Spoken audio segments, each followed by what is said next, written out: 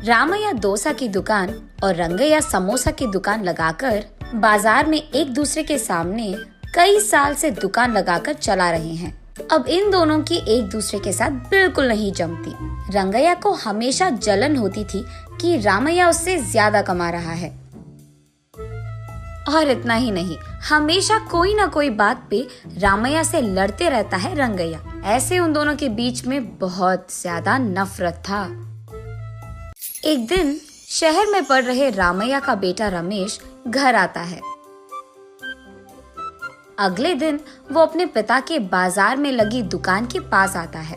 वहाँ चल रही व्यापार को देख रमेश अपने पिता से ऐसे कहता है, पापा, आप हमारे दुकान में ज्यादा ग्राहक लाकर ज्यादा पैसा कमाने के मार्ग नहीं सोचते हो क्या?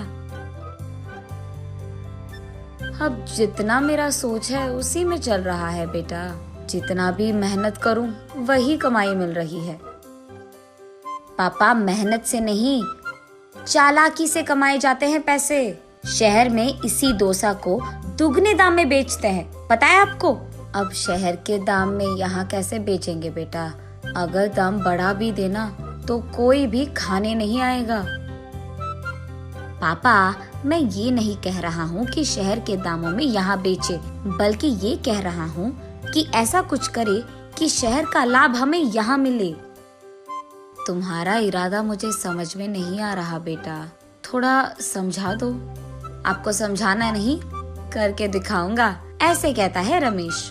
रामैया देखते ही रहता है कि रमेश कह क्या रहा है। और इतने में रमेश उनके दुकान के बाहर एक बोर्ड डालता है। उस पे लिखता है कि हमारे दुकान में जो भी ये स्पेशल डोसा खाएगा उसको 10 साधारण डोसा फ्री में मिलेंगे, और जो भी डोसा आप खाओगे उसके भी पैसे नहीं देने पड़ेंगे। पर अगर स्पेशल डोसा खा नहीं पाए तो 10 डोसा का पैसे देना होगा, ऐसे लिख देता है। बोर्ड पे जो लिखा उसने वही बाजार में जोर से चिल्लाकर सबको सुनाता है। ये सुनकर बहुत लोग खुशी के मारे उनके दुकान पहुंच जाते हैं स्पेशल डोसा खाने।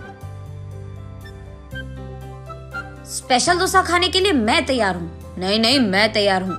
ऐसे सभी आपस में बहस करते हैं। तब रमेश उनके दुकान के बगल में एक बड़ा सा टेबल और चेयर लगाकर जो भी इस प्रतियोगिता में शामिल होना चाहते हैं उनको एक के बाद एक इस कुर्सी पे बैठना होगा, ऐसे कहता है।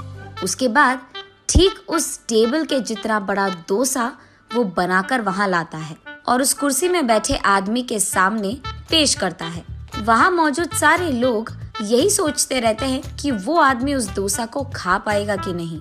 आधा डोसा खाकर वो आदमी, मुझसे अब और नहीं होगा, ऐसे कहकर हार मानकर वो 10 डोसा के पैसे देकर वहाँ से चले जाता है। ऐसे ही एक के बाद एक स्पेशल डोसा खाने की कोशिश करके हार मानकर वहाँ से पैसे देकर चले जाते हैं। ये सब ठीक सामने से देख रहा रंगैया अपने आप में सोचने लगता है कि एक स्पेशल डोसा बनाने के लिए कितने पैसे लगते हैं। उसे पता था कि एक स्पेशल डोसा बनाने के लिए 3 डोसा लगते हैं, लेकिन बाकी 7 डोसा के पैसे तो लाभ में आ गए। तब उसे समझ आता है और कहता है, बाप रे, ये 3 डोसा बनाकर 7 डोसा का लाभ ले रहा है। बस रंगैया को जलन होती है। कुछ भी करके मुझे भी ऐसे ही पैसे कमाने होंगे, पर क्या करूँगा? ऐसे सोच सोच कर, हाँ, मैं भी उसकी तरह समोसा का कोई प्रतियोगिता लगा दूंगा, ऐसे सोचकर अगले दिन रंगैया उसके समोसा के दुकान के बाहर ये लिखता है कि जो भी आदमी 20 समोसा खा पाएगा उसको 10 और मुफ्त में मिल जाएंगे। पर अगर 20 समोसा नहीं खा पाए तो 10 समोसा के पैसे देने पड़ जाएंगे। और यही बात चिल्ला चिल्ला कर बाजार में सबको बताता है। ये सुनकर बहुत सारे लोग रंगैया के दुकान आते हैं प्रतियोगिता में शामिल होने। जो लोग आते हैं उनमें से कई सारे आसानी से 20 समोसा खा लेते हैं और रंगैया के अनुसार ही वो 10 और मुफ्त में ले लेते हैं और वहाँ से चले जाते हैं।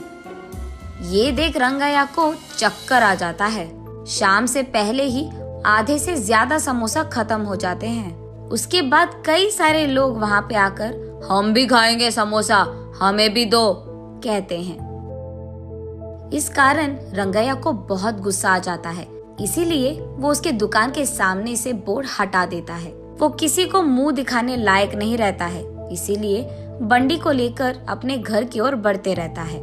आज तो मैं 1 भी रुपए नहीं कमाया और उल्टा जो भी समोसे थे वो भी बेच दिया मुफ्त में। उसे चक्कर आकर वो नीचे गिर जाता है। आंखें खोलने पर रंगैया एक अस्पताल के बेड पर रहता है।